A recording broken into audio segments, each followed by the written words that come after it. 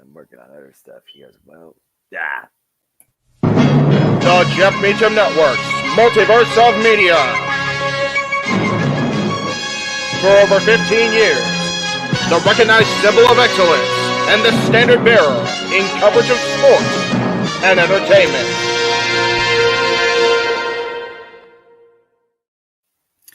Welcome, everyone, to another conjoined Casa de 18 and Noah Foster, the Jeff Meacham Network, and the Rage of Wrestling YouTube joint video. We came up with an idea here, so we're going to go ahead and predict what we think is going to happen with each title, well, each of the major championships in each company. So we thought this would be something unique to do instead of as what we usually do with the top 10 thing. So, JJ and Noah, thanks for joining me. I know you guys are busy with the Backlash thing. So, how are you guys doing? I know your voices must be tired now. I'm just still trying to catch my breath. Backlash was an amazing show, and then I ran my daughter home, got back as quickly as I could. I literally took me 30 minutes to get gas, take her home, and get back. People may think that was quick, that I was speeding or whatever. May have gone a little over the speed limit, but it wasn't anything astronomical. 55, 60 and a 50, not huge. It's not like I was doing 80, 90, I just happened to get lucky and hit no traffic lights, really. So that's good. Noah, how are you doing? Doing well. I mean, again, Under Siege and Backlash are both in the books. Now my voice gets a short reprieve until freaking NJ Resurgence next weekend. So it was nice to take a short nap, get a bite to eat, and then do the graphs. Nice job, by the way, everybody. You all got a perfect score. First time ever in Team No DQ history. Everyone got a perfect score? Everyone said the same damn thing. Wow. That was the thing about Backlash, is it was so predictable, but predictability isn't always a bad thing. It was still a phenomenal show. It was. And no, we're not going to pipe in the France crowd doing the little chant-along every time I say phenomenal. That would be a little bit too extra, but yeah, it was a phenomenal show. Every match delivered. There were a couple like little spots, there was like some slip-ups, but it could have just been nerves performing in front of that raucous crowd. Yeah, crowd took over. Let's just be honest here. That crowd took that show over and made that show why it is so much to be talked about. It was really fun, though. I really enjoyed it. Yeah, definitely. Any one-on-one match, there were 4 people. There were the 2 competitors, the ref, and the crowd. Let's be honest. That's fair. Accurate. All right, so let's go ahead and get started. Each of our ideas. So Noah, I'm gonna go ahead and start. You're an advocate of the women's division, so damn it. I'm gonna start over on the TNA. I'll show a picture here for a second, but we're gonna start with Jordynne Grace. We're gonna start about TNA Knockouts champions. Who do you think defeats her? And when do you think she'll lose that title? Well, they already did Ultimate X, so I kind of ruled that out. But I know the Call Your Shot Gauntlet's how Jordynne Grace got back to the championship. So I almost want to see that same situation for another prominent knockout. So I would think that the next challenger to maybe be the one to defraud her would be at Bound for Glory. And then you look at the TNA Knockouts landscape where, again, I don't know where Killer Kelly is at right now, but she has first bout somebody I want to see ascend to that next echelon. Why Maja Slam has been to that dance before, but has never achieved it. Steph Delander, the newest face on the scene. I look at the promise and the potential of this Knockouts division, and I think about who you can make a big singles deal out of versus who right now is a tag team. Zaya Brookside is that plucky underdog, the youngest competitor I think that has the most upside, and I think I'd like to see her try and take a chance one-on-one against the Juggernaut. So I'm holding out based on the current landscape for Zaya, but I would love to see Killer Kelly and Jordynne Grace mix up for that title and Killer Kelly become the champion. All right. JJ, you agree or disagree? Zaya Brookside is a good call. You know who we haven't seen for a while, Noah? And I don't know if it's because of contractual or whatever, but where has Giselle Shaw been? She's been kind of just laying low in the cut. We haven't really seen her. I think it may be Giselle Shaw. Her last chance that she had was literally against Jordynne Grace, to your point, at No Surrender, took the Juggernaut to the limit, but again, she failed, and she has been MIA since. And ironically enough, we are returning back to Canada for Slammiversary. You may be onto something. I mean, and then as much as I can't stand the gimmick, you got to figure Ash by Elegance has got to be in the running here as well. You know, if she truly is going to be the dimeless Dana Brooke, the timeless Tony Clone that we claim her to be, give her the belt just like Tony has right now. Well, again, she still needs to get over the one loss that she has on her record to Xia Brooks said before I even put her into the name championship contention. As far as I'm concerned, Xia's got more of a chance than Ash by Elegance. So, but we'll see. But with things like your Call the Shot Gauntlet, all it takes is a sneaky victory there, and she's right back in contention. Ding ding. So, yeah. So what's your final answer, JJ? Who do you think is going to actually? My official entry is Giselle Shaw, but I was throwing Ash out there as a potential to keep an eye on also. And my official is, again, there's like 4 key names, and I'm just looking at who's currently available and who hasn't been there yet and who I think are taking it in a different direction. I'm going to go with, if they roll on with her, Xia Brooks side, but I'm holding out for Killer Kelly and the returning, also injured, by the way, Mother FN represent Ohio, Kylan King. Okay. But I'm going with Xia officially. I'm surprised you didn't all think that the system would just get this title and we'll get the system really would have like every single title. No need now, because Alicia Edwards became half of the Knockouts Tag Champions last night at Under Siege. So the system does have titles and Masha all across the board. Yeah, and they have the Unlikely Alliance with Masha Slamovich for the time being. Yeah, because as long as Masha has that goal, she may not be part of the system, but I think she will at least trust the system for now. There you go. Well, JJ gave me an idea, and just so that we're not on all 2 people gave the same answer, I'm going to say Ash is my official one. I just think they're going to go ahead and do it. She's going to somehow cheat her way to that title, whether it's for Bound for Glory or which event they do it. I think so little of her. You might as well do it on a Thursday during a random TNA. But Jordan herself deserves better, so you have to do it on a pay-per-view. But I think like Ash would win on a random thing, and then she can get it back. Jordan can get it back, but I don't want to hot potato that because you're already doing that with the knockout tag titles already. So I don't want to see 2 different damn TNA titles, especially involved in the women getting hot potato. So I'll say Ash for my main pick. Okay. Fair. So moving on. Let's sticking with TNA. We got Moose there, who is the TNA World Heavyweight Champion. So let me remove that. Give me a second here. It's an old picture of Moose. Yeah, that's old school. That's an old school. But I was just trying to find something. Moose shames you for using that picture of him. Moose forgot about that identity for a reason. Yeah, there's a reason he gave up that. But I mean, obviously, with the way the pay-per-view went yesterday, I mean, obviously they're going for the broken Matt Hardy is going to eventually get a one-on-one title shot. I think they build that.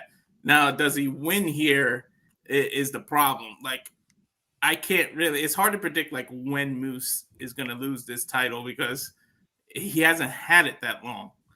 So like for me, do you really broken Matt Hardy just came back? And if you believe the rumors, he's not even committed to TNA. He's on like believe in rumors, take this with a grain of salt, but per appearance kind of he's not officially signed with TNA.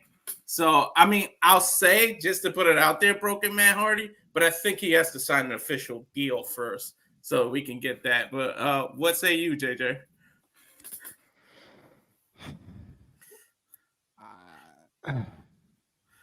It's hard, right? No, it's not that difficult. It's just it comes again down to hot potatoing because I know who I want the next champion to be, but it's a heel. And you're not going to go from a heel to a heel. You got to get that face buffer in between. So I'm going to say the next champion, despite his loss at Rebellion, is going to be Nick Nemeth. But mark my words, Bound for Glory, his throne. Knew he was going to go there. Because if Frankie doesn't get the belt back, then why the hell did he come to TNA? Exactly. I mean, because he's never been a world champion anywhere. So if Frankie doesn't get the belt, he may as well have stayed in freaking lower mid-card hell in AEW, getting paid more money. You know? So it's like, you got to give him that title, and Bound for Glory sounds like the type of, first of all, it's one of their two big shows. You know, I always think of Slammiversary, Bound for Glory. But it's like, you think about him now calling himself the King of TNA. The Kings are bound for glory. What's the king without his crown? Just saying. So, but like I said, we've got to get a baby face for him to take it off of. So officially, Nick Nemeth. Yeah, I was thinking that myself, but I didn't want to go with the obvious as the first answer because I knew one of you were going to say that. So I was like, let me try to be a little different because I knew Nick Nemeth was kind of the easy choice. Like he didn't win on his first one, but he's going to build himself back up to get that title shot again. But what say you, Noah? Well, I do think Nick Nemeth has huge potential to be the TNA World Champion if he's as committed to TNA as it sounds, although he's already a champion in two other companies, New Japan Pro Wrestling and AAA, as we know. Although I haven't watched Untaku today, so that could have changed. I hope not. But that being said, I'm actually staying within long-term TNA and going up against somebody else that you highly regard. Even though he's in a different setting, doesn't mean that setting could be long-standing, especially if someone has an injury or a travel issue. I'm holding out to see if Speedball Mike Bailey becomes the TNA World Champion. He's already been a defining name in the X Division, two-time recognized by the fans, TNA X Division Superstar of the Year. And again, if Bound for Glory, if Call Your Shot Gauntlet favors Speedball, where I do think the Call Your Shot Gauntlet defines a future world champion. I'm just calling it right now. I think Speedball Mike Bailey has a huge chance to surprise all of us, and who could be the one that takes down the system. I'm holding out for Speedball, but I do think that he and Frankenstein will cross paths again because when Frankenstein came back, he beat Speedball Bound for Glory for the X Division Championship to cash in option C, and then he lost Josh Alexander at Overdrive. But I'm holding out for Speedball Mike Bailey. And with that thought process, I could see Speedball being the one to dethrone Kazarian.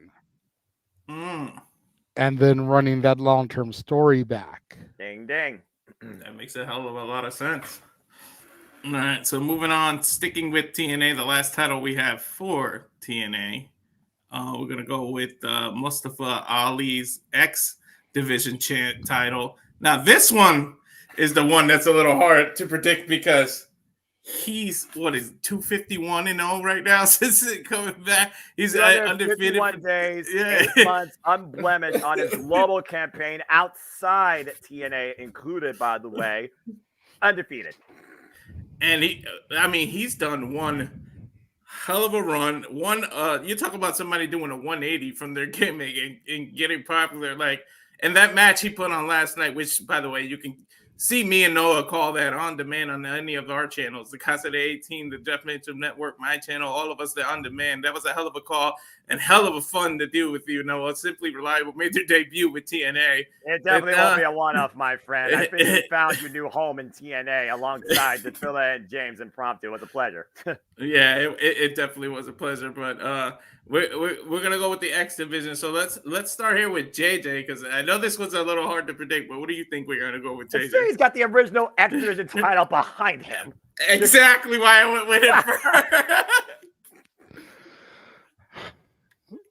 You know, I feel like this is the year not of nothing, but of something. Something!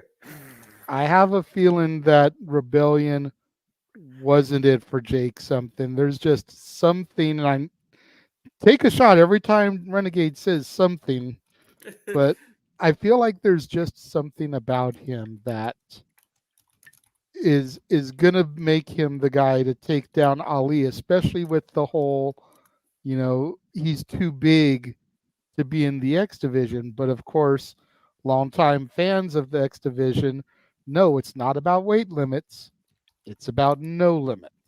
Yep. So I'm gonna go with Jake something here. But since come Rebellion, Noah got his wish also. Could we possibly believe in a new X Division champion in Joe Hendry as well? Yes, Ah. I believe. But Jake something is my official choice, Walter. All right. Yeah, can't we believe it, Joe Henry last night? Again, last night was just so much fun. No. Freaking Impact on Thursday with him doing the rock concert, basically taking us back to all his diss tracks on my AJ God. Francis and Top and Banned what are from they called? diving. I keep wanting to call him Top Flight, but that's freaking Dante Martin, AEW. Darius, First AEW. Class, thank you. Yeah. But then for him to break out Creed and do his take on Higher, can you please get fired? I was like dead over here. Oh my God, I fell on my That chair was laughing. hilarious. And I love Creed. I listened to Creed verbatim. Yeah. I was just listening to Sacrifice yesterday. And You know Mark what? Slight sidebar: Creed and Nickelback both don't deserve a lot of the hate that they get. They don't. They really don't. I never understood what the Nickelback hate is. I think it was just cool to say you hate them, and people jumped on that bandwagon. That's what I think it is. People do anything to be the favorite. The thing with Nickelback, and I want to try and reel this back. The thing with Nickelback is that for a minute there, a lot of their songs sounded exactly the same. And I think that's where the hatred came from. It was like, okay, let's just remove the vocals, leave the backing track, and put new lyrics over it. That's most music today, though. I mean, hello, what's original anymore? I'm just saying. But yeah, so Jake something. Something! All right, no. Let's say. And in honor of today, something, dark side. Yeah, may the fourth be with us all. So Noah, what say you? Well, that was quite something there, and I do think Jake something is destined for something. I just don't know what and when. But again, the beauty of the X Division, again, it is not defined by limits. There are no limits, and why Mustafa Ali is the most motivational political figure right now in America. I kind of want to see Joe Hendry take this to a different direction, even though I think he should be in a world championship. But there's nothing right now concerning him being involved in that picture. I mean, again, Rich Swann is also a former X Division champion, so I'm sure when they get through that feud, and he's also former TNA world champion, that will put Joe Hendry even further ahead. But you look at the current landscape of TNA and Goofa, it's kind of all over the place as far as who could be the next guy to be the face of the X Division. It's got to be somebody that either outsmarts, outshine, outclevers, or outmotivates Mustafa Ali. And looking at the current landscape in TNA, I have to go with Joe Hendry. I think it'd be the first way to move Joe Hendry forward, and I can see Joe Hendry using option C with a heartbeat. It also might be interesting to see Joe Hendry take that in a different direction. So I'm holding out, and Joe Hendry. I believe Joe Hendry becomes a singles champion this year and potentially the next X Division champion. To be different, I'm going with Joe Hendry. Yeah, Joe Hendry was mine too. I know the last one I said I wanted to be different, and you go try to have each of us have our own. But yeah, I gotta have to go with Joe Hendry and agree with you guys, with you Noah there, because it the momentum he has with the songs and everything, and just imagine how he turns it up a notch as a champion and make songs. Maybe he make a song even just about himself. Like it doesn't have to be about his opponent or talking trash. It could just be about the fact that he won the damn title. He already made a song about himself. It's called I Believe. Yeah, I was going to say it's his theme song, which is like number 6 on the UK charts. Yeah, we got to get that to number 1, people. What are we waiting for? What the hell are you listening to? Young Punks, Taylor Swift, some other dumb nonsense? What are you listening to? Most likely. Well, there's a, with the rap, there's a beef going on with Drake and Kendrick. So that's probably what everybody's listening to right now, to be fair. They're both still relevant? Oh, okay. Yeah. All right. More relevant than you think. All right. Well, again, what do I know? Moving on. See, people, Yeah, I don't know what this thing is that we all hate, this rumor that we hate AEW. We're going to talk positive, but we're going to move on to AEW here. He ain't AEW. Who the I'll hell are you talking to? Whose house? People think that we hate AEW for real. Just because we say that there's better ways to book them doesn't mean we hate it. As a matter of fact, think of it. There's hate, and then there's constructive criticism. Use your brains, people, for the love of God. That's the problem. And in 2024, people mix the two. They don't think you can. That's fair. Give criticism without hate. And the fact is, if we hated it, we wouldn't care and give you guys our opinions on it. It's the fact that we love professional wrestling and we want to see it do well that we give our opinions on how we can do better. But with Swerve, there's a lot of chances. Like, he just got this title. So, like, how long is this reign? But I'm going to say he hangs on to it for a while, depending on, there's a rumor whether MJF actually needs the surgery or if he's going to rehab. So my original choice was the MJF return. But then again, I don't know how long he's going to be out for the proverbial how long? Like, is it another year?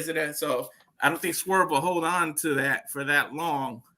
So for AEW to give it the title, I think it goes back to, I think Adam Cole is going to eventually get this title, and I think that somehow there's going to be a resurgence of his group. And it won't make sense for him to lead this group without the damn World Heavyweight Championship, because it's like, you can't even get this title. How are you going to lead us? And when we're the ones that have tag titles, the trios championships, we're the ones winning the title. You lead us, and you can't get to the title.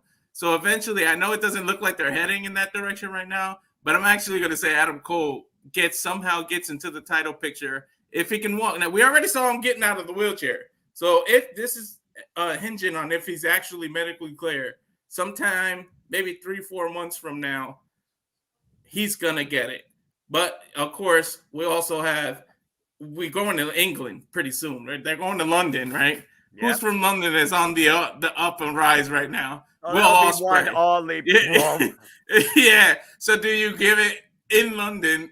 Do you do Will Ospreay versus Swerve and give it to Will Ospreay? But my official pick will be Adam Cole. But Bebe, we forgot to do the Bebe after we say his name. It's like, well, it's been a while since we've seen him on our screen, to be fair. And exactly. He hasn't been able to do that because he was in a wheelchair. Exactly. So I say Adam Cole, Bebe, but Noah, what say you? Damn. That's the thing about AEW. Again, we still have so much untapped potential in crowning another first-time champion, because I do believe it's another first-time champion. And you think about the potential names that you could see with that title. Konosuke Takeshita is somebody that screams champion at some point to me in AEW. Adam Cole, it does make a lot of sense considering the devil leads by example. Long-term storytelling. You run it back full circle if MJF comes back fully clear. But we also did have that tease face-to-face with Swerve and MJF. And preferably last year, MJF was the people's choice. He was the babyface. Now Swerve's in that spot. But I also think about Will Ospreay, who just arrived, but bruv, if you do not strap the rocket on this guy to lead this coming into the next stratosphere, what are you doing? It is extremely difficult to bet against Will Ospreay becoming the AEW World Champion sooner rather than later. He's got the mic skill, he's got the passion, he's got the professional wrestling acumen, and he's got that reach. And he gravitates and elevates everybody he's in the ring with. Part of me wants to say, well, Ospreay, but again, I don't want to see the World Championship just literally hot potatoed, overbooked, shot put. Again, JJ said it perfectly. Samoa Joe was the torchbearer. He was the passer to an original grown AEW. Swerve Strickland just took a little bit longer because you had to neutralize another outsider interference. But I think for me, I'm going to hold out and say that Swerve holds this for quiet duration. And I am going to say that Will Ospreay will be the guy to take it off him. But I don't think it will be at all in. In fact, I don't think it's going to be necessarily before the summer's end. I think Swerve's going to hold on to this for quite a bit. But I'm going to go up with Ospreay for now, bro. Yeah, I'm hoping he has a long title reign. Don't go through all that. What the hell he had to go through to get the title just to give him a short reign. I mean, I know people get tired of long reigns, but if anyone on that roster deserves a long reign, it's Swerve. I mean, he's been putting on some work. But anyways, JJ, what say you?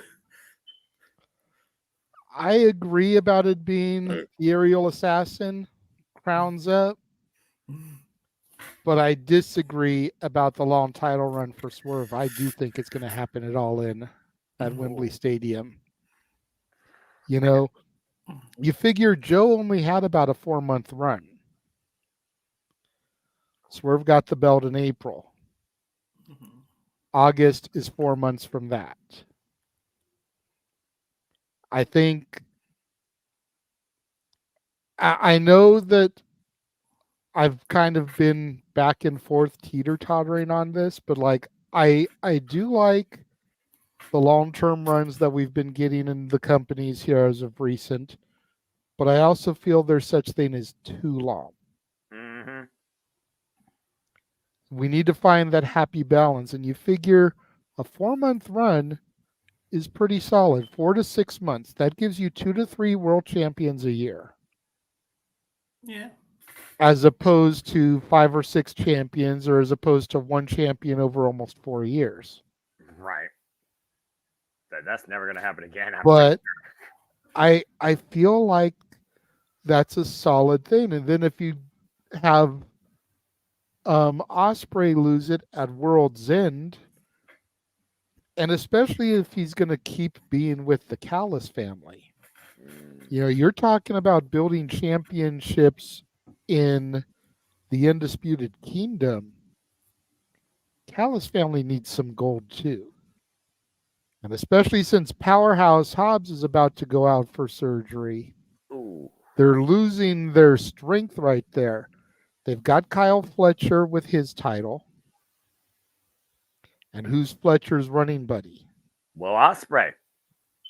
Let's get that gold on him too.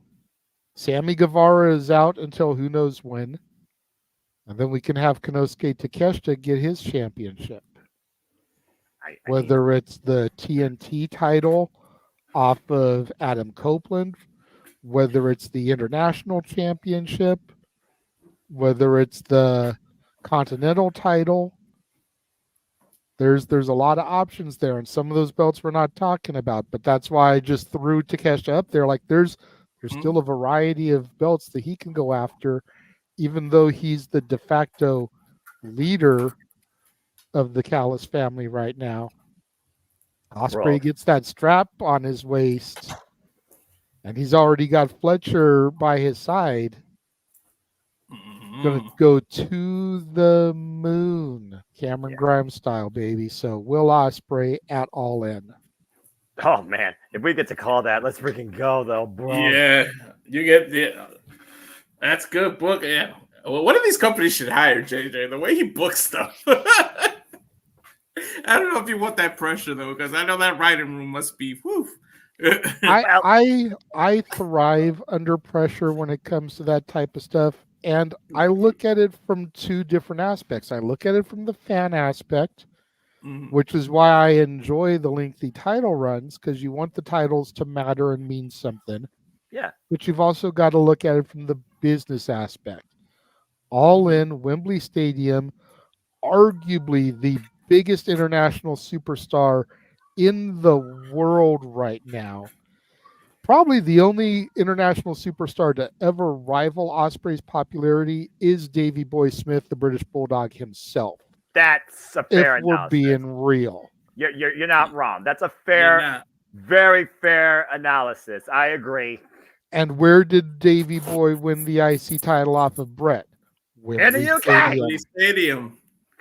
SummerSlam 92. Have Ospreay take the AEW title off of Swerve at Wembley Stadium. I mean, yeah. Or imagine you give Okada a title shot in Japan at the Tokyo Dome and have him. Exactly. If that happens, I swear I'm going to find a way to go to Japan. I'm going to tell you that right now. I'm like, how am I missing all this? Anyway. Well, I'm working on. My wife and I are working. My son, he's into anime. He's studying like a lot of Japanese culture. We're trying to give him a graduation present. Work on the family going to Japan next year. So no, if it happens, you may have to join our family trip just to be there. I'll get my passport and I'll say. But anyway, let's go ahead and keep the train rolling here. Yeah, funny. JJ mentioned it earlier while he was going on. So we're gonna have to go that route. We're gonna go to the TNA. Sorry, the TNT botch. Yeah, get that botch button ready. The TNT heavyweight. The TNT Championship held currently. I was looking for the picture, but apparently I don't have it in here. Yeah, by the rated R superstar Adam Copeland. So we'll start with JJ on this one. Who do you think wins the TNT Championship? I love Adam Copeland. He doesn't need to be champion anymore at his age. No. I see him dropping the belt to Malachi Black. The House of Black has been playing some serious mind games with him as of late. I can see him dropping the belt to him at Double or Nothing. I mean, you've already got the numbers advantage with the house. Who's going to have Cope's back is the $1 million question to counteract the house. The house always wins. You always bet on Black. Malachi Black. There we go. So Malachi Black for JJ. Noah, what do you say? It's one of those things where I almost feel like it needs to be that because the house does always win. Look at their track record at Double or Nothing. I'm just saying.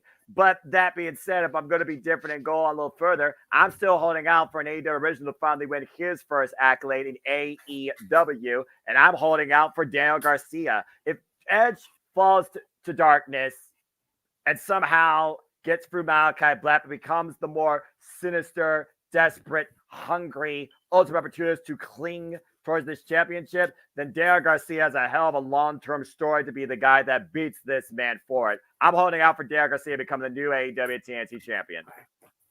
All right. Follow me. I'm going to go with JJ and Malachi Black. But let me do a little fantasy booking here. Let's talk about long-term storytelling. How about you build it up, right? You get Kill Switch to defeat Adam Copeland for this title. Kill Switch becomes a monster, dominates everybody. Christian gets his reunion. Christian gets a title shot against him. He beats the hell out of Christian. He turns on Christian. And what does it lead to in AEW? The reunion of Adam Copeland and Christian as a face tag team. And you can do it if you just use Kill Switch the right way to get this title off, become dominant, turn against everybody, and unleash him as a monster. You get sympathy for Christian in it. And then Adam Copeland has to save him. And then you finally do the reunion. Give them like a little tag team run at the end, and then they both can ride off into the sunset. But can Tony do that in his company? Can he book that correctly? That's the question. It's a wild idea, but I do think at some point before Adam Copeland's done, I think we will get Adam Copeland and Christian Cage together because I do think the patriarchy will turn into an anarchy sooner rather than later. Everybody turns on their father eventually. Every child thinks that they finally can surpass their parent. I'm just saying. So I do think Killswitch does have a brain, and I do think that how many times has the handler of the monster lost control of his creation? I think you might be onto something though, Walter. Yeah, but does Tony have that mind to actually do that? You got to have a lot of patience to make all those work. You got to have the right connected pieces to make that puzzle a whole. True. What do you think, JJ? What was it? I missed that. I'm sorry. That if you book it right and you get Killswitch to be the monster, get this title, you get Christian sympathy, and then you reunite Adam Copeland and Christian in AEW. You just got to do it the right way. Yeah, definitely. I know that's where we're eventually going to because, Adam's daughter said that he wanted him to go and have fun with Uncle Jay. Mm-hmm. So we're eventually going to get that. The thing that sucks about it is that with Matt having left, and Jeff leaving imminent, we won't get another Edge and Christian Hardy's match, unfortunately. Yeah. That's the suck part. I agree. Damn it. Although, depending on how long Jeff lasts, can we get a trios run for EC and Jeff Hardy? Hey. That would be a hell of a trios run just for shits and giggles, man. For all of us old school fans. You might be onto something I there. mean, they do have a unified trios division, and hey, these three men define TLC to the extreme. It's not too far fetched. It's not at all. But let's move on. I'm gonna go back to JJ to do this because let me get the picture here. But we're gonna go. I mean, this one's kind of the most obvious out of all the titles we've done. I think we're all gonna be unanimous in what happens here. But it sucks too because it's been way too telegraphed. Yes. It's been telegraphed since March, whatever, when she freaking debuted. Like, I feel bad for Willow. I really do. I love Willow. Same. I have been a fan of hers since I first saw her on my TV screen. Bubbly And smile. And again, it's been well documented amongst all our channels because of open mic night and whatnot. I hate to say it, but Willow would not be where she is today if Mercedes hadn't gotten injured at Resurgence last year. Yeah. Because prior to that, Willow was nothing more than an AEW jobber. It was because Mercedes got injured, because they had to call the audible, because Willow walked out of there the first New Japan Strong Women's Champion, that Willow began getting a push because Tony is all over the stuff AEW or New Japan does, and we'll just leave it at that. I was going to go a little bit meaner about it, but let's call it. Tell me when I'm telling lies, Noah. Yeah, tell me when I'm telling lies. People watching the No lies Casa 18 detected. Studios. You might as well super chat $25 and JJ will go off. I'm trying not to do that because I don't want us to go 3 hours today, Walter. Yeah, about to say we got a lot still ahead, so keep going. But so because Tony follows New Japan, because he does a lot of stuff New Japan does, that's why Willow began getting the push. And right after Resurgence, she won the Owen Hart tournament. She began this thing with Sky Blue and Statlander, which has kept her prominent throughout. Yes. Now she's the TBS champion. But she's going to lose it to Mercedes because she was never supposed to win the New Japan Strong Women's title. She's going to drop the belt to Mercedes because Mercedes was supposed to beat her all along. This is what we call in the business, folks at home, long-term storytelling. And you may be sitting there and be like, but Mercedes only debuted in March. It's May. That's only 2 months. How is that long-term? Because it goes back almost a year to Resurgence last year. Almost a year to the day. Think about it like this, JJ. Long term. The whole reason WCW hired the Ultimate Warrior back in the day was for Hulk Hogan to get his win back from WrestleMania 5. This is pretty much what they're doing with Willow and Mercedes. It's pretty much she was booked to win that title to get Mercedes that win back to correct what happened in Japan. Yep. But I got a feeling this is going to be like Backlash, and we're like all going to have the same answer. We're cheating off each other paper. But it sounds, you wanted to say something else, Jordan?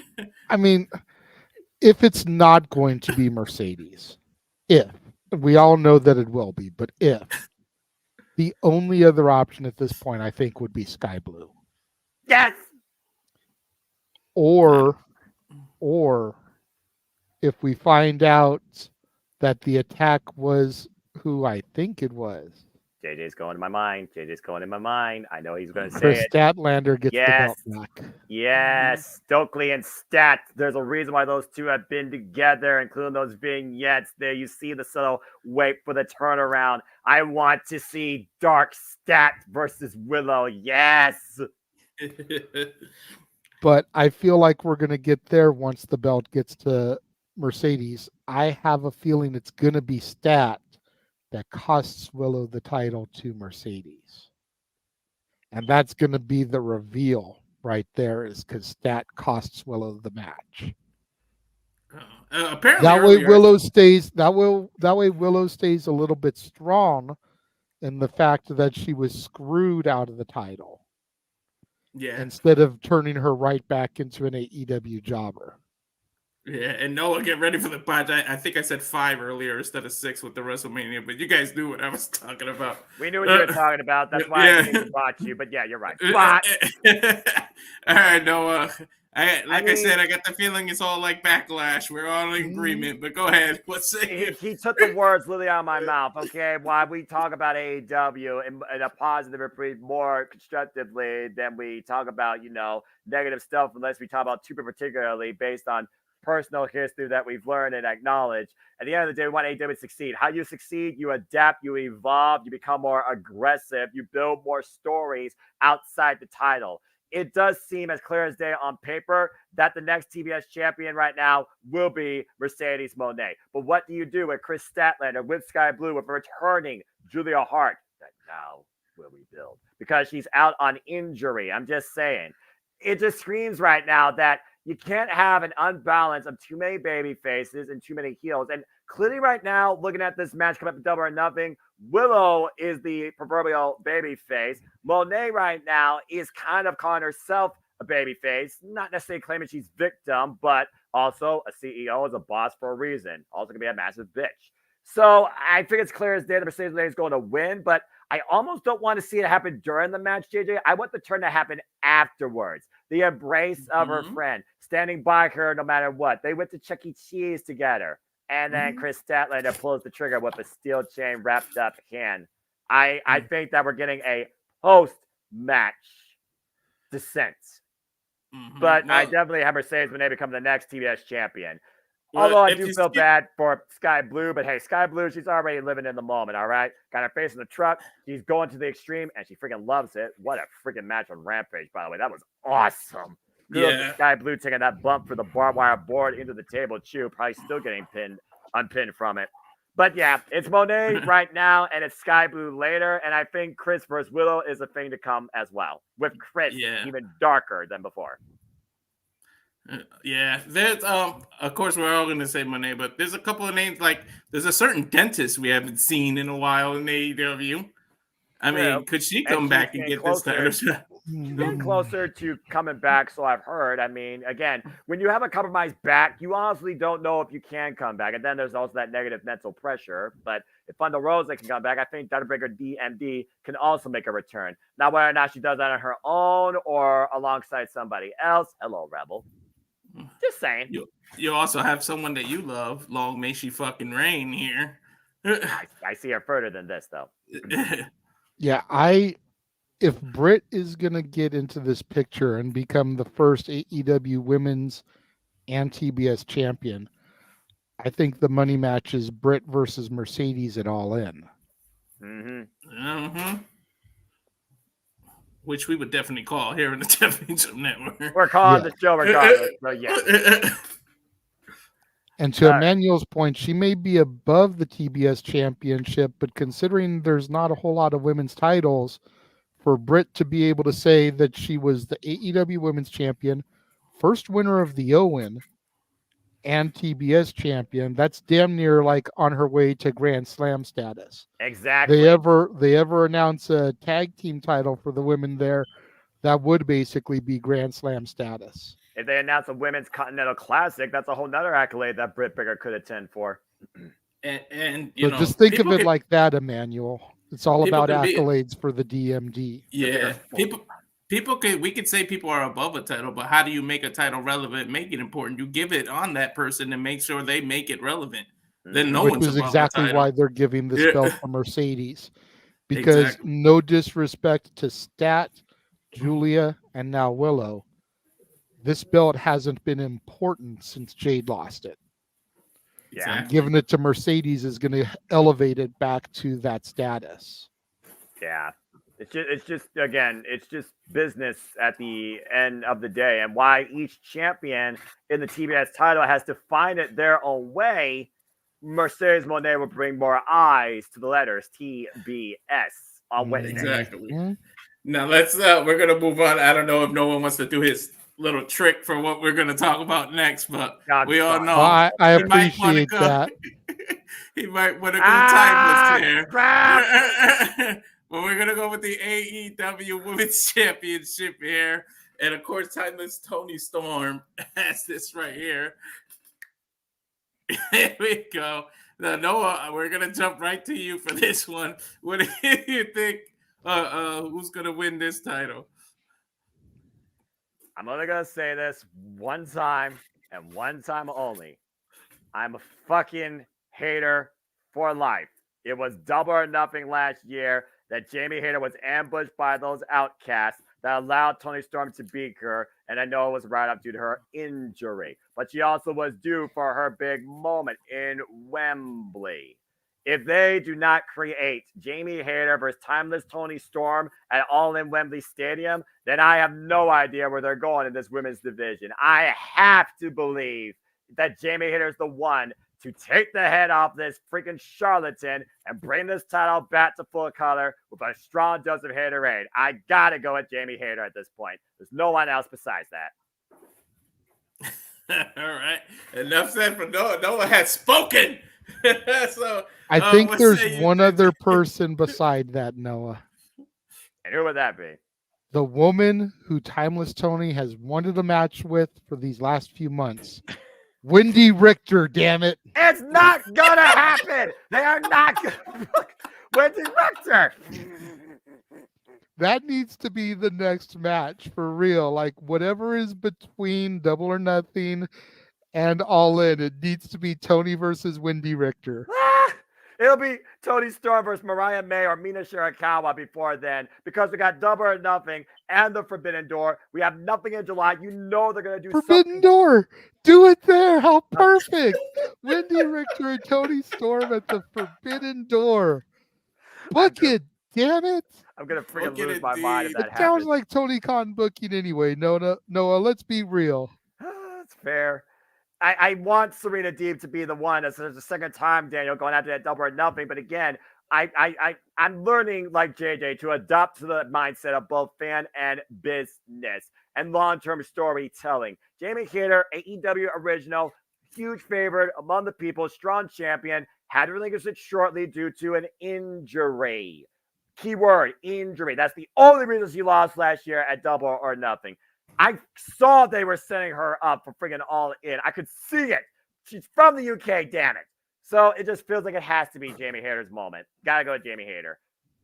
Yeah. What say you, JJ? I agree. I feel like it's going to be Jamie Hayter. The only other thing that would make any kind of sense to me, and we've kind of not really seen her as of late, would be running Saraya back to really close the door on the outcasts. Can't do anything with Ruby. She's pregnant. Congrats to her again. You know, Congrats. when she comes back, maybe she'll finally get her moment of glory.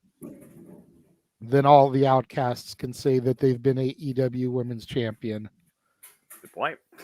But I would like to see, depending on what happens with Jamie and her injury, and when she's able to come back, I wouldn't mind running Tony versus Saraya back at All In also. To be fair, one-on-one. Toni Storm, illustrious, faced Saraya. Timeless never faced her, and Timeless now is the champion, where Illustrious was the challenger. I recently watched that match from last year at Offer Stam. Isn't it crazy how time works, folks? So, to your point, JJ, that might be plan B if Jamie Hayter is not medically cleared. I pray to God that she is. But again, like I said, they've got to be teasing the seeds at Forbidden Door. It's got to be Mariah May or Mina Shirakawa that faces Timeless Tony Storm. Her child's going to turn on her eventually because there's no doubt in my mind Mariah May wants that spotlight. But I still say endgame is Jamie Hayter. But there's a lot in between they can still do. Yeah. But I think they're going to do something unprecedented. I think Mercedes gets the TBS title, then gets this title and unifies it. With the amount of money they spent on this woman, I feel like you're talking about people saying that Becky pulled the doesn't work for me thing to get her title. I don't think she did that, but I wouldn't put it past Mercedes Moné to do this. So why not? You invested all that money. Why not unify this title and have her winning both and can say I haven't been in this company that long and I'm the first person to unify or hold both titles at the same time and make it feel important. But to make that work, you can't have her be face anymore. She's got to be a heel with both these titles. Lean into that CEO gimmick and just be the bitch that we know she can be. She still needs to build a cabinet of supportive secretaries and special security, as far as I'm concerned. I know that she did reach out at one point to the idea of maybe the Renegades wouldn't be bad to have along my side. So if this whole CEO portrait happens, I guess it could be something. But look, they already unified the trios titles, which, let's be honest, that needed to happen. I don't think you need to unify the TBS and the Women's World Championship as of right now. No, if you wanted to unify the Ring of Honor and AEW women's titles, that would be one thing. Yeah. Or even, I wouldn't because you just created, but I was going to say even the Ring of Honor women's TV title and the TBS title would be one thing, but you just created that title, so I wouldn't do that just yet. Yeah, I was about to say, it's still way too young in its history. And right now, MIT still rules ROH.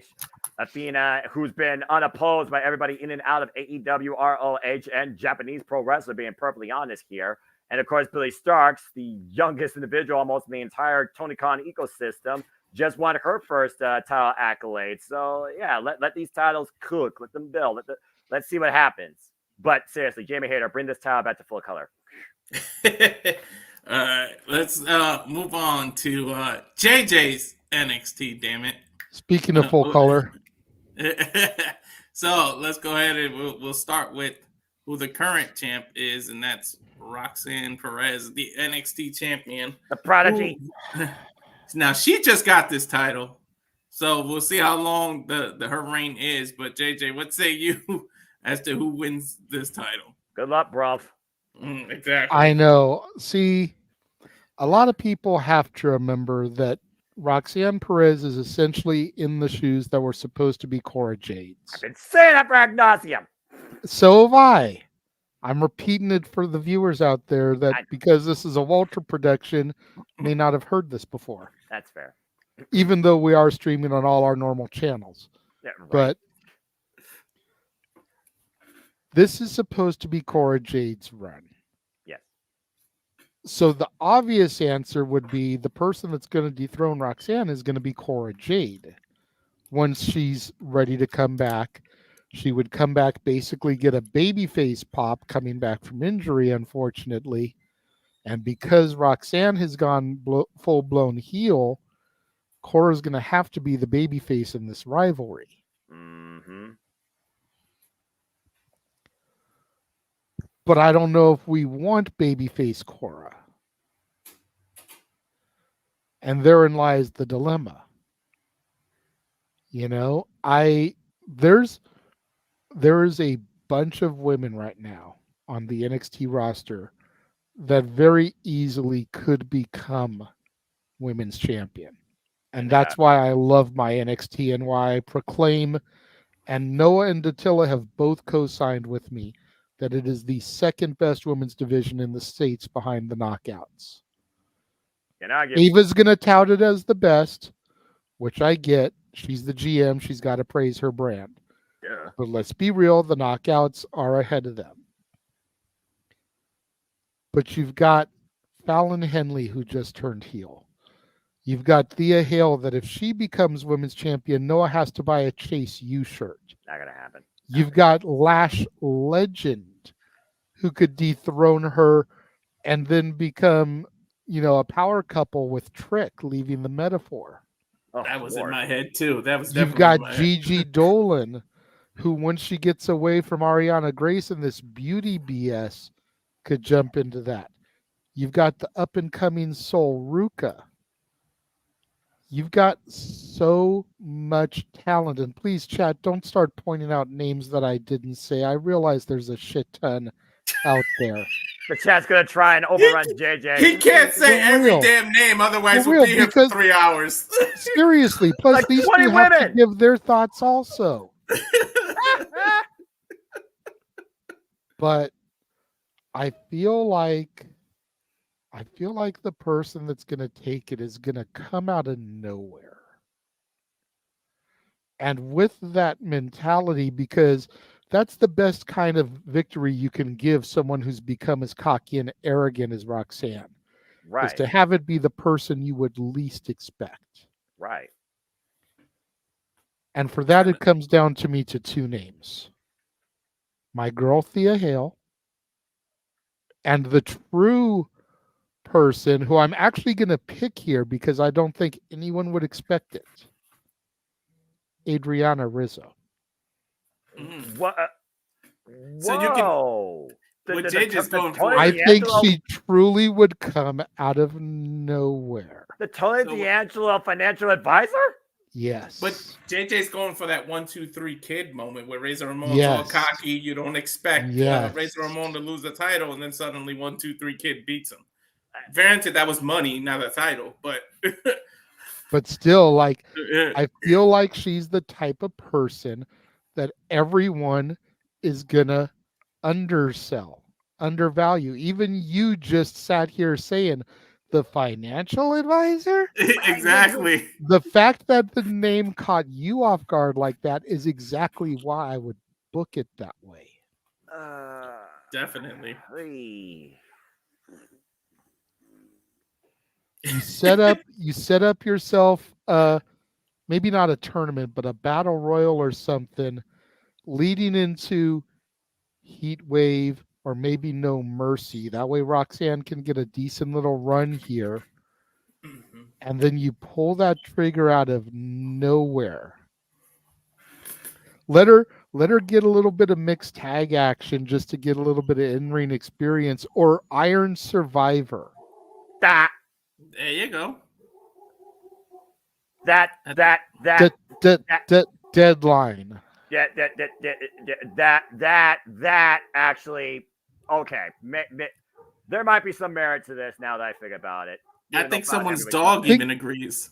Think about this, because Trick Williams literally came out of nowhere last year, as did Tiffany Stratton. It's not impossible for Rizzo to come out of nowhere. Why not? Like I said, it worked before in the 90s with 1, 2, 3 Kid and Razor Ramon, to the point where he got a World Wrestling Federation Championship title match on Raw against Bret Hart. And that was one of the matches that I remember on Monday Night Raw as a kid. Sleeper hidden Yeah. gem, for being perfectly Yeah. honest. Now, one name I want to say before we go to, the only problem is what you said earlier. You can't go from heel to heel, but I think the women's champion written all over it. Lola Vice can get this title, but you can't do a heel versus heel and get it. You had to do some kind of triple threat, some kind of other kind of way where you have a baby face involved so that she can beat her. So my official pick would be Thea Hale, but I really want Lola Vice to have this. She's my mommy. People say Oh, good Lord Almighty. they call oh my God, why did I just Rhea lose my Ripley? whole train of thought? Rhea Ripley mommy, but Lola Vice is a real mommy, and she's a Latina descent, so she could really be mommy, but I don't want to be the TJS of my own channel, so I'll keep my personal thoughts alone, but I would love Lola to get a title, but again, like you said, you can't transition from heel to heel. It's not like it's never been done, it just doesn't make sense. You need that face to have the chance. Yeah, exactly. So what say you, Noah? My official pick would be Thea Hale, but I would love it if Lola Vice gets a title reign.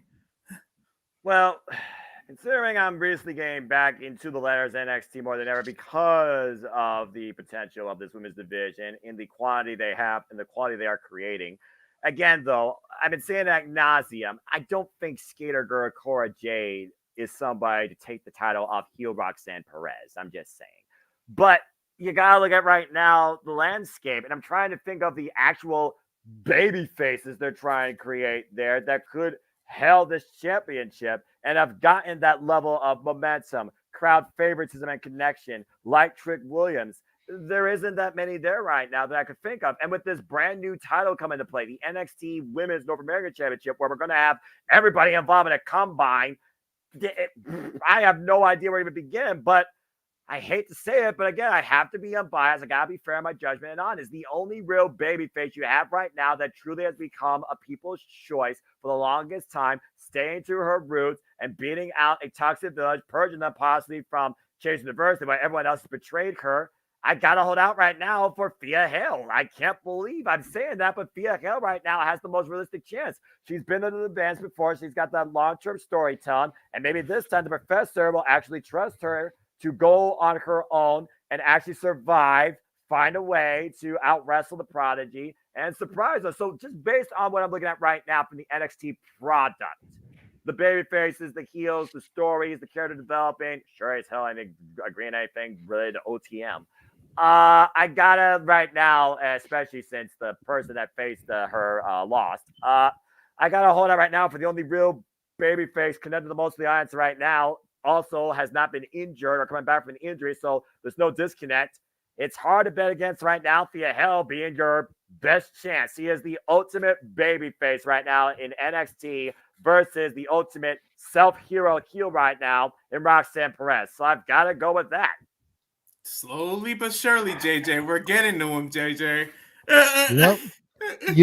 And it's funny, if Fallon hadn't just turned heel on Tuesday night, she probably would have been my answer. Same. And like I said, spring breaking. But she just literally turned heel. And like you said, we don't want it to go from heel to heel. Yeah. But I feel like if she had stayed babyface, they could have pushed Fallon to that spot. We were holding out for Fallon last year at the deadline, and she got goose egg. But to be fair, Lola taking it out of nowhere was beautiful too. Like I can't even get mad at that. Hell yeah. Yeah. All right, we're gonna move on. I know I've been doing the main championship, but I'm gonna defer to because even I am having trouble trying to think of who the hell is gonna dethrone this man because of he became the most popular thing in NXT right now. He holds the title. He just got it.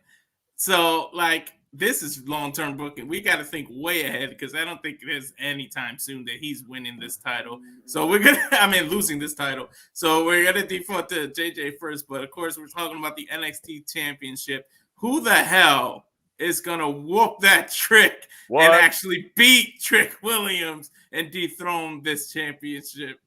Because I don't see this happening for a long time. I think he's going to run NXT for quite a while. Yeah, I mean, this one is probably the hardest one to do because Trick just got it. So we haven't really seen any of the landscape change to who we could see as a potential. Yeah. So we're really shooting in the dark here on this one. But that being said, I do have two names going through my head. And once I discuss them, I will make my official pick. But going back to what I said about the NXT Women's Championship, if I'm believing in Rizzo to come out of nowhere, Tony D is overdue for his time to shine. He is the final person from that initial, group that is still in NXT from the 2.0. Grayson's moved on, Mello's moved on, Braun has moved on. Tony D is still there. And we all admit and acknowledge the fact that the D'Angelo family won't work on the main roster. No. Not in its current incarnation. No. They still got a lot of tread on the tires. But you could do a Four Horsemen and Evolution type of moment with them down in NXT and get Stax and Luca the tag titles, Tony D the NXT championship, and Rizzo the women's title. That's always a possibility of something you could pull. Or even over time add another male to become the North American champion. The other person I'm looking at is a generational talent. And I don't mean that in the way that it's generally used, and that this type of talent only comes around once in a lifetime, once in a generation. He is literally the spawn of the man who used to be in charge of NXT. I'm looking at Charlie Dempsey. Ooh. He's already got the Heritage Cup. And we've seen his abilities in ring grow exponentially just in the last 6 months. To the point where he was at Bloodsport X for GCW. Yeah. He's being allowed to go off brand and do big things in big moments to represent. I could see him being rewarded with the NXT championship. And I see the chat pointing out Obafemi. Definitely a strong contender here, but the fact that that dude basically went from breakout tournament to champion, I want to let him cook a little bit. Yeah. Yeah. I want to let him define the North American title in a way that I haven't seen since Wesley and Carmelo Hayes. And now we got Wesley back. Yeah. I want to see, we talked about long-term title runs. I'd like to see Oba have that belt until Stand and Deliver next year. And just decimate all comers. That'd be insane. Yeah. And then maybe have an option C type of moment where he's like, I have destroyed everybody. I'm willing to surrender this to get a shot at the title.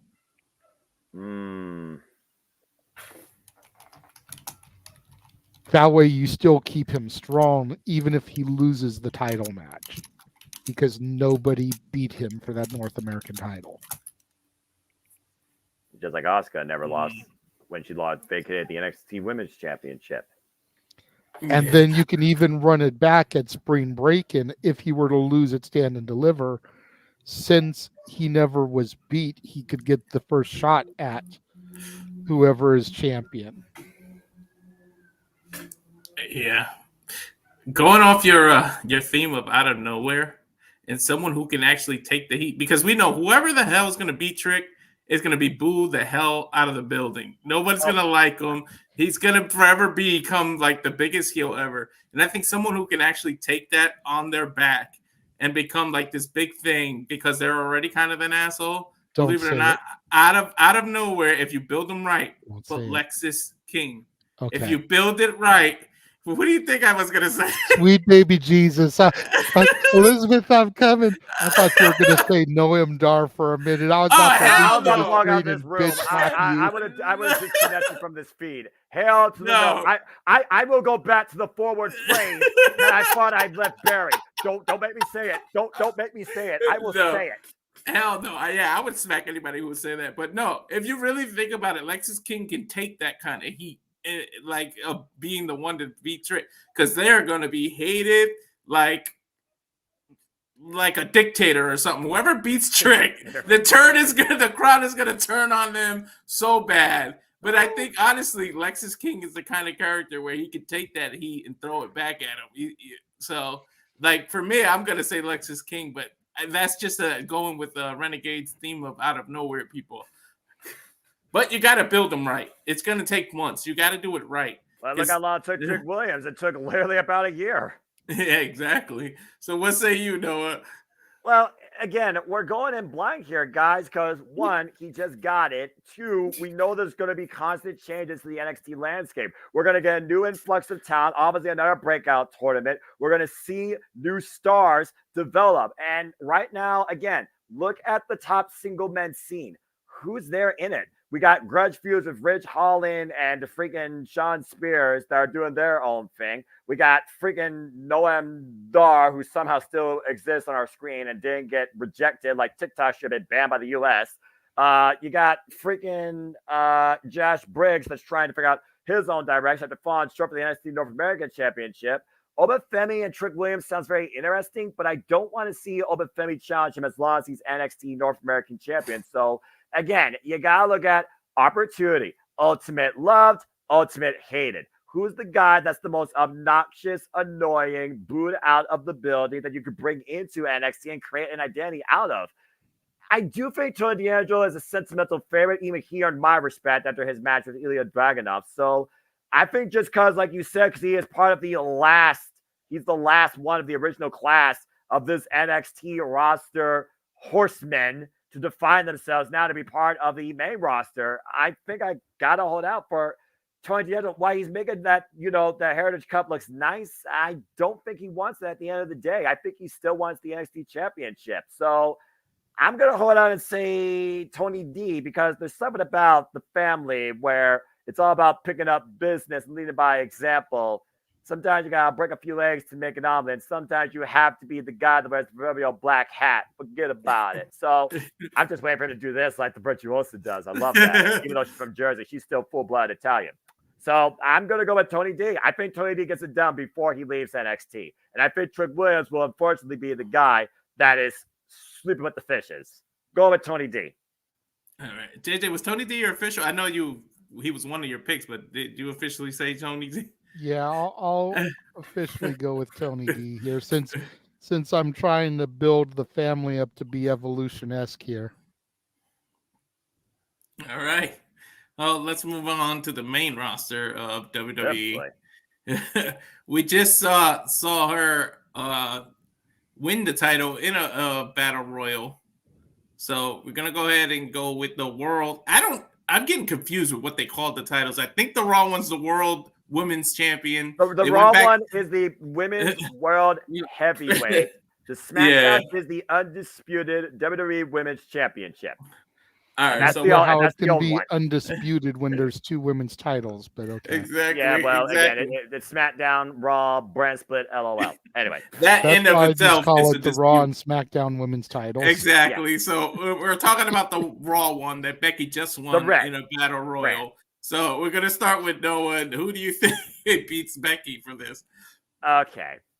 Well, considering the draft was just accomplished, and the fact that Lyra Valkyria got the NXT Women's Championship from Becky Lynch, I think it'll be a beautiful full circle moment to see that happen at Classic Cast, but way too soon. So I'm not going to do that because I think that's one, way too obvious. Two, she needs to earn that. Looking at this women's division on Monday Night Raw, well, she's babyface, so I got to pick a heel if that's the case. Would they actually hold out this long? Because I don't think they had Becky leading the ship in the first place. Almost want to say her, but I don't think they're going to do that. And I definitely don't think it's going to be Liv Morgan. I'm just going to say that for the record. I don't think it's going to be her. Damn. Okay. I'm going to go with, because I know Liv Morgan's challenging next. She's going to lose. Rhea Ripley's out for a while. Lyra Valkyria is going to be on the scene, but it's not like she's going to be, immediately thrusted into it. Nia Jax is gone. Fuck, who else do they have there? I think Dupree would be a nice one, but I don't think Becky needs to go gaga, so I don't want Becky to turn heel. A certain somebody just got drafted that beat Becky before, so just putting that out there. Yeah, or that Becky beat. Let me say that Becky beat for the NXT title. So I know I said that initially. Look, what's my biggest gripe about WWE Women's Division? They don't have enough single stars built and defined. But Becky Lynch did show me something. She said to Maxine, you show them this was your first and it won't be your last. As long as she's babyface, I don't think it will be Maxine Dupree, but I would love to see her reach that point. But I'm going to go with Ivy Nile. I want to see Ivy Nile finally ascend beyond mid-card oblivion and lead this women's division. She's got all the talent, she's got all the skills, she's got all the attitude. And if they ain't going to give it to Shayna Baszler, then I say do it for Ivy Nile, because as far as I'm concerned, Ivy Nile does not need to be a women's tag team partner to Maxine Dupree. I'm going with Ivy Nile, holding out for her first. All right, Ivy Nile. All right. That's a kind of an out of the blue one, but that seemed to be the theme that JJ started here. But JJ, what say you? Who beats Becky for this title? I definitely have Lyra on my radar. I don't know if they do it at. They wouldn't do it at Clash at the Castle. I definitely feel that's too soon. I could see that being a Mania moment, but I don't want Becky holding that shit till Mania. Yeah, about to say, God, JJ, please no. I'm trying to avoid that. I'm trying to get her off the title before the end of the year, bro. Yeah, like I have a feeling she's gonna lose to whoever wins Money in the Bank. I think whoever gets the briefcase is gonna cash in on Becky. So you think it's gonna be a Raw superstar? No, not necessarily. I think you can cash on any champion. Because the Money in the Bank briefcase Right. you can do on either title. That's right. They restored that. Thank Christ. You're right. I forgot about that. They restored that. Thank goodness. Continue. So, with that being said, it theoretically could even be a SmackDown talent. Crossing brands to cash in.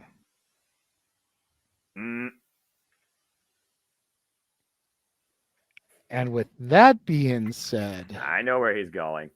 Mm-hmm. What time is it, everybody? It's sippy time. I did feel about the Money in the Bank briefcase being non-brand exclusive, considering, again, Tiffany Stratton and Becky Lynch defined the Men's Women's Championship for the better part of fall last year. Yeah. And let's be real, with the reactions she's getting, Tiffany deserves to be on Raw. Yeah. She gets babyface's reactions even though she's a heel. Yeah. Now, for the time being, if I have to keep it brand exclusive, taking Money in the Bank out of the picture, Yeah. I could see Kiana James getting built up. Yeah. I feel like she has everything at her disposal. I think she's got all the tools. She just needs the right push. Yeah, she does. Right setup. There we go. Right launch. Because unfortunately, the majority of the women that they've got on the roster are tag team people. You know, you've got Alba Fire, Isla Dawn. Mm-hmm. You've got Asuka and Kairi. You've got Ivy, Maxine. You've got Caden and Katana. You've got Shayna and Zoe. Damn it. Like, the only singles stars that you currently have are Dakota, Kiana, Liv, Lyra, Natalia, Zelina. And Scarlett, if you want to go there, even though she hasn't wrestled since she returned. It's still pissing me off. You've got like 5 or 6 women. That's it. You've got a stacked Raw women's division, but you've got a bunch of them that are locked down in tag teams. So unless you break those tag teams up, which then puts strain on the women's tag titles, which Triple H is trying to rebuild. Right. So I'm kind of glad that we've got some solidified tag teams there. But, you know, it's like you've got to go with a little bit unexpected here, I think. So brand exclusive, Kiana. Overall, Tiffany. All right. And none of us really want to see Liv with this damn title. I know that. No, screw that. If when Rhea's ready, if you give it to Liv just so Rhea could beat her ass to get it back, to get a revenge. That way it makes sense, and I'll agree with WWE as to why Liv got it. But you can't give it to her until Rhea's almost ready, which means Becky will potentially have the title for a year, and none of us want that. Because I don't think Rhea's going to be ready for at least a year. Becky's in case of emergency, break glass. I mean, that's literally what it was. I don't think nobody expected Rhea Ripley to get injured, and unfortunately, that happened. Becky Lynch is the Brock Lesnar of the women's division. She's the one they just go back to when they have an injury or something they need to do.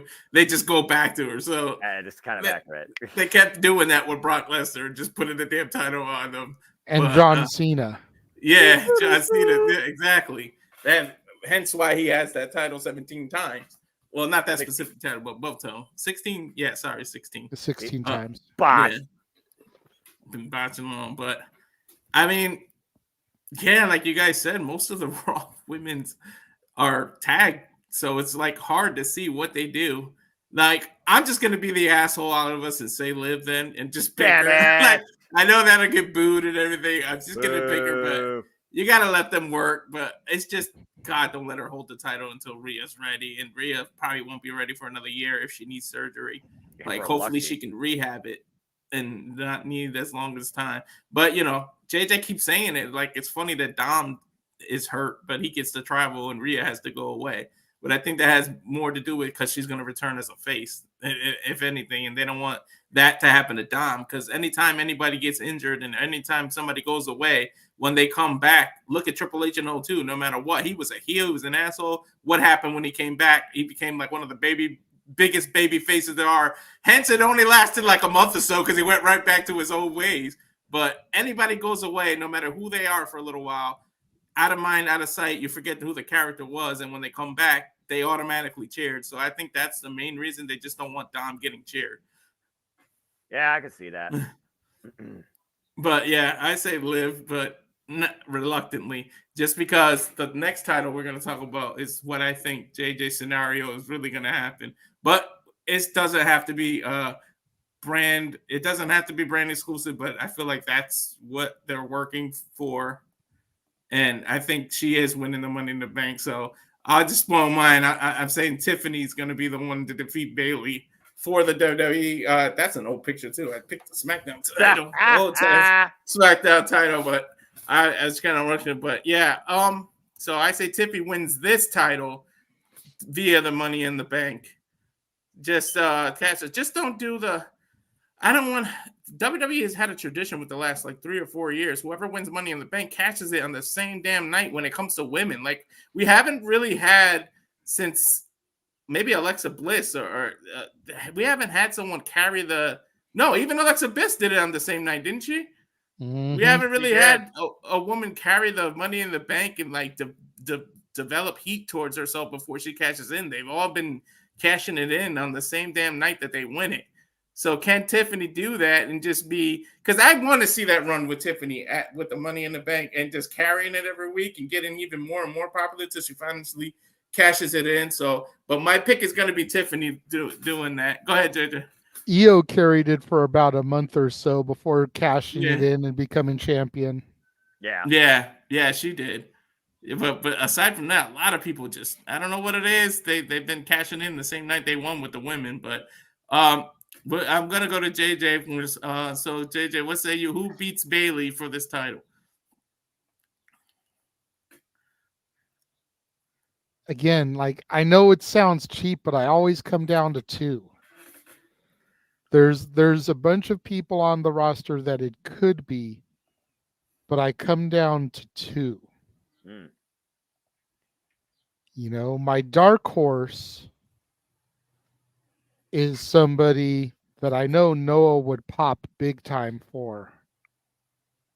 And that's the Top Gadget, Blair Davenport, taking it away from Bayley. Queen's Quest just got drafted. But in reality, with the way I see the storylines and everything going, I think it's going to be Naomi. As a heel, or she stays face? I'm not really sure how they're going to play it, but how long is Naomi going to be okay with the oh, it's okay, bestie, you lost type of mentality. Yeah. Especially with the other two members of her group having so much success. Exactly. So if Naomi can become champion, and then you got Bianca and Jade with their gold, Oh, good Lord. man, Mm, dominance. Personified. I'm here for it. And then you look, then you have them walking through the back and bump into the Pride, and it's like, we've got gold, y'all don't. Like, what the hell?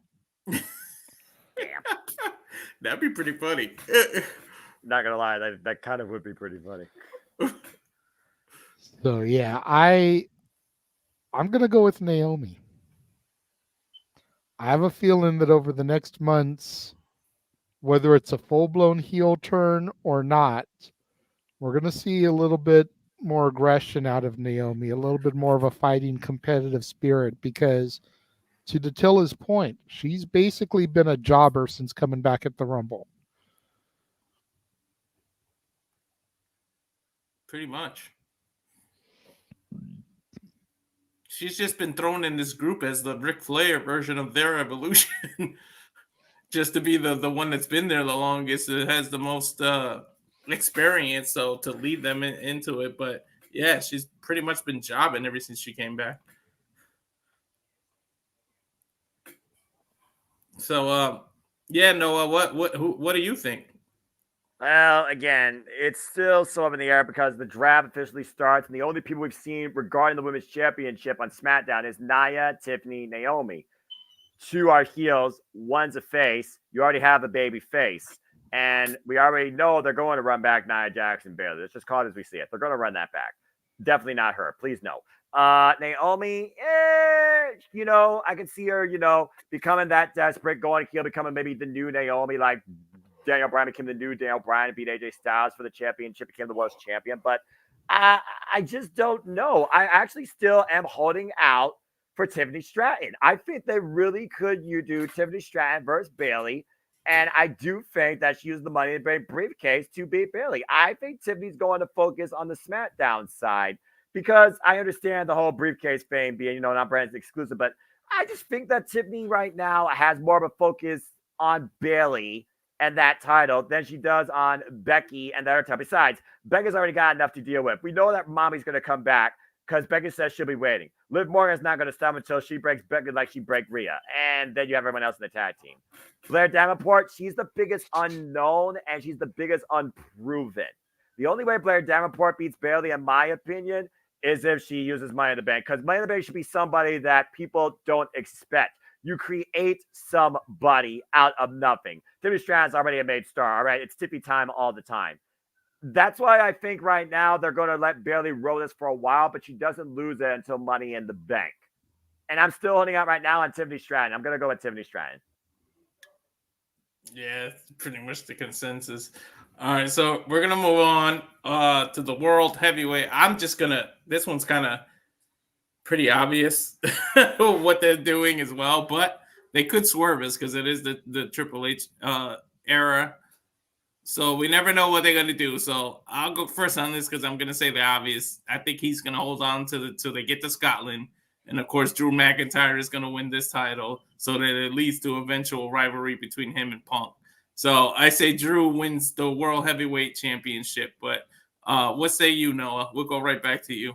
I kind of don't want it to be that obvious, especially with how many times Drew McIntyre has been screwed by CM Punk. I think it'll just be icing on the cake that Drew McIntyre loses in Scotland because of CM Punk. And this time, the audience don't hate it because the audience might like CM Punk more than Drew McIntyre. I think you add more heat.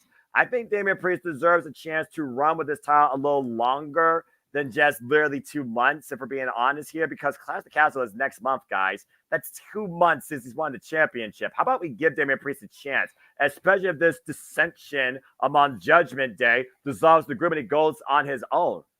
I'm not going to go with Drew McIntyre at this point. I'm not. I'm actually going to go a different direction. And I know proverbially Drew McIntyre is heel. So Damian Priest, you have to consider, is face. If Damian Priest removes himself from the Judgment Day, you got to consider him a face. I'm going out further. to Austria at Bash Berlin. I'm going with Gunther. I think this is how Gunther gets his first World Championship accolade. And we finally see Monday Night Raw become sacred. There's a reason that Gunther was #1 draft pick the second night on the WWE draft for Monday Night Raw. And there's also a reason why right now he's not involved in the Intercontinental Championship picture. But he very well might be our next King of the Ring. I'm going with the Lean General Gunther to dethrone Damian Priest. Hopefully at Bash in Berlin. Yeah. All right, JJ. Yep, that's not a bad pick at all. Gunther getting that title, and we all know we want him with the reign of that championship and making that another prestigious title. And you don't want to go from Seth having this long title run and defending the titles to Damian Priest just having it for 2 months. So I do get your point, Noah. But what do you say, JJ?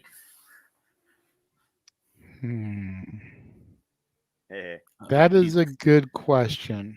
He's cooking. He's cooking. I am cooking because, like you, Drew McIntyre taking it in Scotland seems kind of obvious. But like we already discussed today, sometimes predictability is good. Damn it. Letting Drew get that moment in front of his family and his friends in his home country it's just that, it's a moment. Even as a heel, but he's not going to be a heel when he goes to Scotland. No. Much like the first Clash of the Castle, we may even get some Broken Dreams action. That's the only way I see him winning. If that music plays, that's the only way I see Drew winning. I'll say that right now. If I hear that, I will declare Drew the winner. I said it on a previous stream that if they do bring that back, they should only bring it out for that one time in Scotland for his home people, and then as a FU to everybody else, don't play it anymore. Just that one time Drew did that, because I could see Drew getting away with that. Like, I only did that for Scotland. You people don't I could see that. him trolling us. Yeah. You know, dun, dun, dun, dun, dun, dun, dun. Yep. And then kick right into the do. And like everyone would be like, fuck you. Yeah, exactly. That would be a way to get some heat on him in his home country. Mm-hmm. But much like Noah threw out there and let it cook, I could see Punk costing him the match in Scotland. And then we get to SummerSlam, and it's a triple threat. Priest versus Punk versus McIntyre. Oh, my. And I could see the Second City Saint walking out, your new world heavyweight champion. Ooh. Okay, JJ. And then Noah wants a banger. Punk versus Gunther at Bash in Berlin. And Drew cost him. I don't think they would do the change that quickly. I could hold out. I just want Gunther to be the champion, because Gunther versus Ilya Dragunov for the World Heavyweight Championship, WrestleMania 41. But I could see Gunther winning the Rumble next year. He should, damn it. And then let Gunther get that moment in Vegas where he finally ascends. Vegas? Why you say Vegas? Because it is official. April 19th and April 20th. WrestleMania 41, Allegiant Stadium, Las Vegas. Oh, shit. I'm celebrating 420 in Vegas. Lookout world. Oh, God help. Yeah, for real. For real. If they do not book Rob Van Dam for WrestleMania on 420, what the hell? Sin City on 420. This is just Let's go. This is hell on earth. This is the day the world goes to hell. Just saying. Sin City 420 WrestleMania. God help any good soul there. Let's just book Liv Morgan, Matt Riddle, RVD, and Jeff Hardy all in a match together. Oh, God. Yeah. Oh, my God. Let me comment. Let me be the commentary on that match. If I don't go. That's assuming we have a commentary team If Right? the entire multiverse is there, we're not going to have a watch along. Exactly. That's true. Will Las Vegas be my first WrestleMania? God help me. Our watch, instead of a watch along, we might have to do a big review after all together on a stream together instead of watch Yeah, in the along. We might hotel all room. have to. And I'll be the only one sober. God.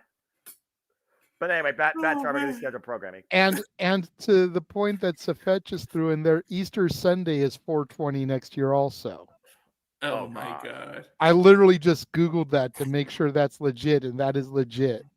Wow. WrestleMania Sunday, Easter Sunday, 420. I don't know about a resurrection, but I might need resuscitation after my celebration over there. Lord help us next year in April. All right. So, then. wow. I didn't expect to go an hour and 40 minutes on this, but we finally reached the end here. Like, wow. I didn't expect this video to be this long. I'm going to be honest. I expected it to be longer. That's why I carved out a 3-hour block for us. I'm glad we're doing it underneath the 2-hour mark, personally. Yeah. But yeah, I mean, again, we may not have watch long coverage if everybody is there. Exactly. But yeah, we're going to move on. We got one, of course, title left. We got one champion left.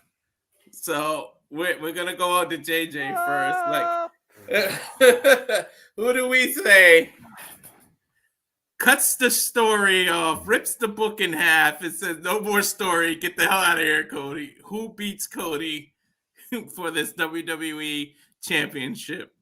Undisputed, whatever the hell they're calling it. It's just the WWE Championship. Yeah. They've dropped Universal, and they've dropped Undisputed. Thank Christ. Yeah, don't encourage this bad behavior. Man, back to this. Who is going to be the man? And when? Again, this is so hard for me because there's part of me that wants Cody to hold it until Mania till next year, because I feel like he deserves it. But I don't want another year plus title reign for the world title. Mm-hmm. Plus, we don't know what the landscape would even look like next year.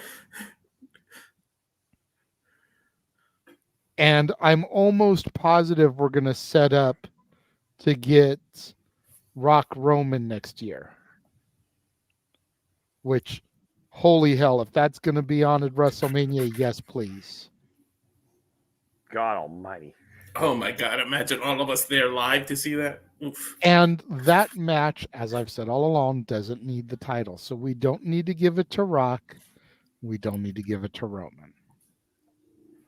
So then who?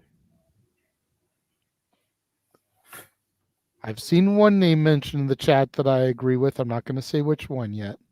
For this one, for me, it comes to 3. It comes down to the name in the chat, Randy Orton. You know, the mentor dethroned the student. And you could, you know, the WrestleMania this year was very much Avengers Endgame based. Yeah. Mm-hmm. I'm not saying Cody go full heel, but I could see if people start to get tired of him like they were in AEW, maybe just get a little bit of that darkness come out of here, and we could go a little Star Wars here in honor of May the 4th today. You know, last time we met, I was but the student. Now I am the master. I have surpassed your legacy. You know, words that Vader said to Obi-Wan in the original A New Hope. So that you could do that whole angle there and kind of make it Star Wars-esque. Then you could have John Cena, much to Emmanuel's chagrin, come back to get his 17th title. And of course, WWE will talk about how he's surpassed Ric Flair's records, even though we know via AEW that he's more like a 24-time champion and not a 16-time champion. So he wouldn't really be surpassing it, but as far as WWE is concerned. Right. And then there's the man who I think might actually do it. And especially if he does it at WrestleMania, he's going to have everybody saying, LA Knight. Yeah. Yeah. Now that would be a moment. The megastar beats the Can he American keep Nightmare. babyface momentum for being the? I think you're gonna have that issue of, like I said, that when Trick loses the title, the hate that people are gonna get, they might hate on you for beating Cody. I don't think so. I don't think they'd hate on LA Knight. And then you can kind of bookend Cody's reign. His first opponent was AJ Styles, who really rose to prominence in NWA Wildside and NWA TNA. Mm. And it's ended by a man who was managed by Percy Pringle III in NWA Championship Wrestling from Hollywood. LA Knight also is no stranger to, the audience, calling the audience dummy. Yeah. I mean, LA Knight could come in as the heel if Cody Rhodes doesn't solely go heel. But if LA Knight has more of a momentum with the audience has to make a choice, then is that what breaks Cody's psyche, to JJ's point? I like that a lot. So I think I'm going to officially go with LA Knight. Yeah.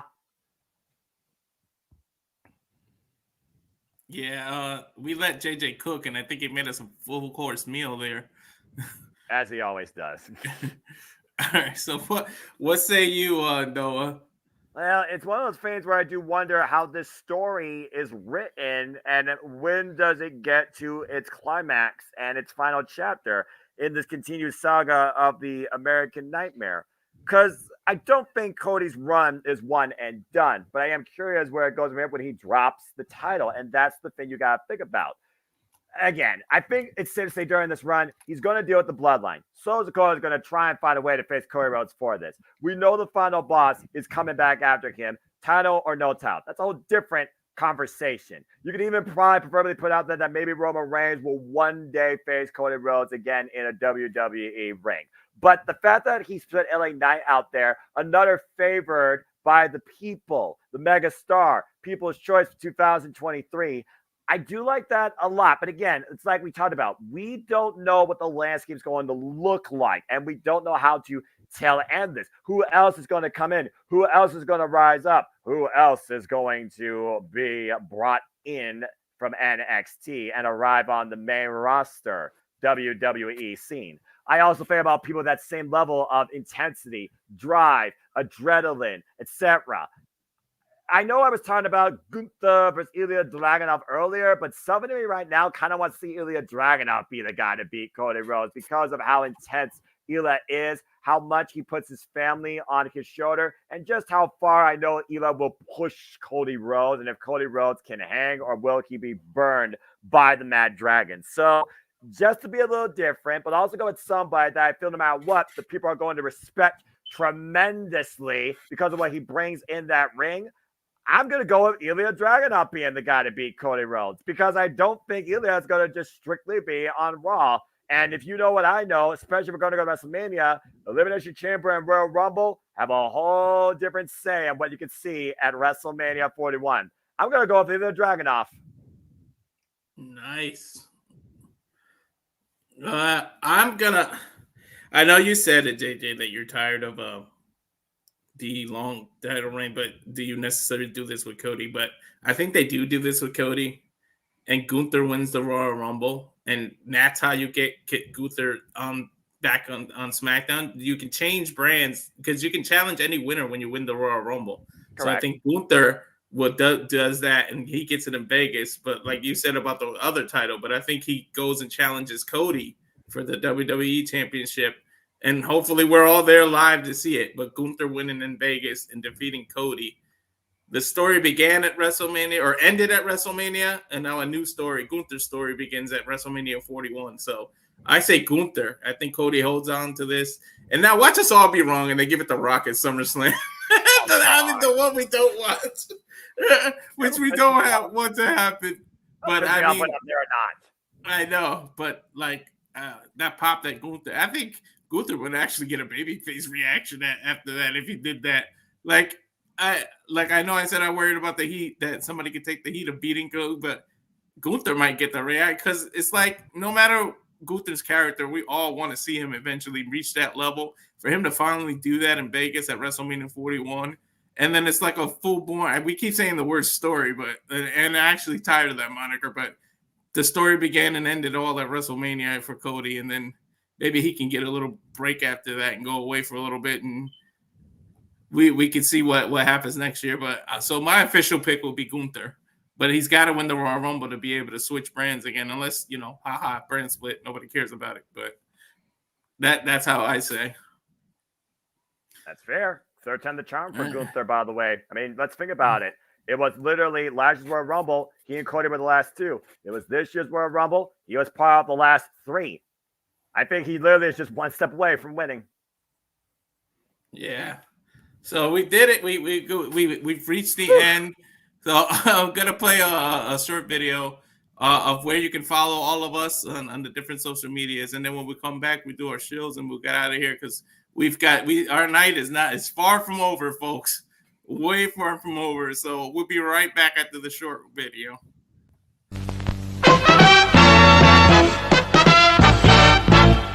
And now, preview time. So let's take a look at what's coming your way.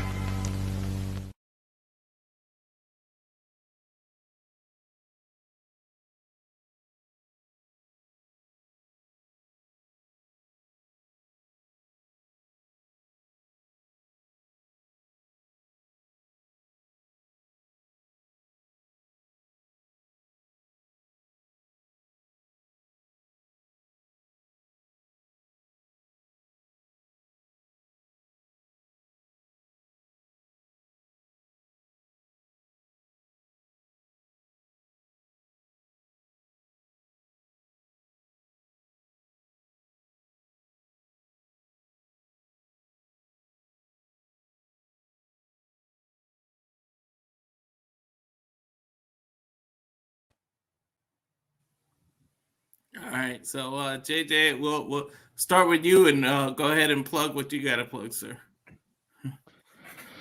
Well, as you can see right there, coming up at 5 o'clock Pacific, 8 o'clock Eastern, kicks off a retro double feature of the Dads Not Always on Wrestling, as we transition from the wrestling portion of today into the Star Wars portion for May the 4th Be With Us. The show that brought me and Jeff back in 2020, 4 years ago to the day, Jeff and I ranked the Star Wars saga, all 11 films that were theatrically released live action movies. And then kicking off at 6 o'clock Pacific, 9 o'clock Eastern, will be the episode from last year where Jeff and I discuss our top 10 favorite characters from the Star Wars saga.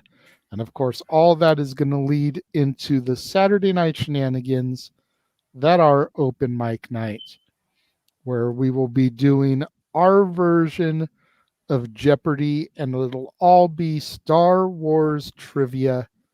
Renegade Trebek is your host, as I have written the questions. I have sent them to Noah. He has generated the board and will be producing that segment of the show. Of course, open mic night kicks off 8 o'clock Pacific, 11 o'clock Eastern, as always on Saturdays. A splendid time is guaranteed for all. And again, may the 4th be with all of you. Yeah, may the 4th be with us all. That's going to be very, very fun. So Noah, what do you have? Well, I'm sorry, we don't have the graphic. I don't even have my own graphic, so slack it on me. But go ahead, Noah. Well, I mean, you did just show that little trailer where everyone can follow us. That's why I didn't do that part of it. Yeah, exactly. That being said, I don't really have much to plug. I mean, again, taking it easy. Again, I'll be producer man behind the scenes for tonight's Star Wars Jeopardy. Of course, regular panels up at Might Night. City Predicting will return with King and Queen of the Ring. Then we got NXT Battleground. We got AEW Double or Nothing. We got Bonner yet to be determined. Next watch-along event that my voice will be used for, of course, you'll see me and JJ James and some combination of us calling New Japan Resurgence, which is literally 1 week from today. And as always, I simply should encourage you to just do live and enjoy professional wrestling too. It's truly as simple as that. It's been a lot of fun doing this. Yeah, it's been a fun. I can't wait till the next time we get the three of us to get together. We're gonna do the top 10. One of us has to be the one that doesn't know what's going on. So Noah, if we could work something out, you'll be the one. But JJ and I are gonna work on the top 10 impactful TNA debuts. So and then we'll get your thoughts. You won't know the list. Him and I will put the list together, and then we'll get your natural list, your natural reactions there. And for me, all of our shills are actually scrolling across the bottom of the screen there. I forgot I had that banner in there, so I may not show the graphic, but all of our YouTubes, all of our any of our Instagrams, anything like that, you can follow us there.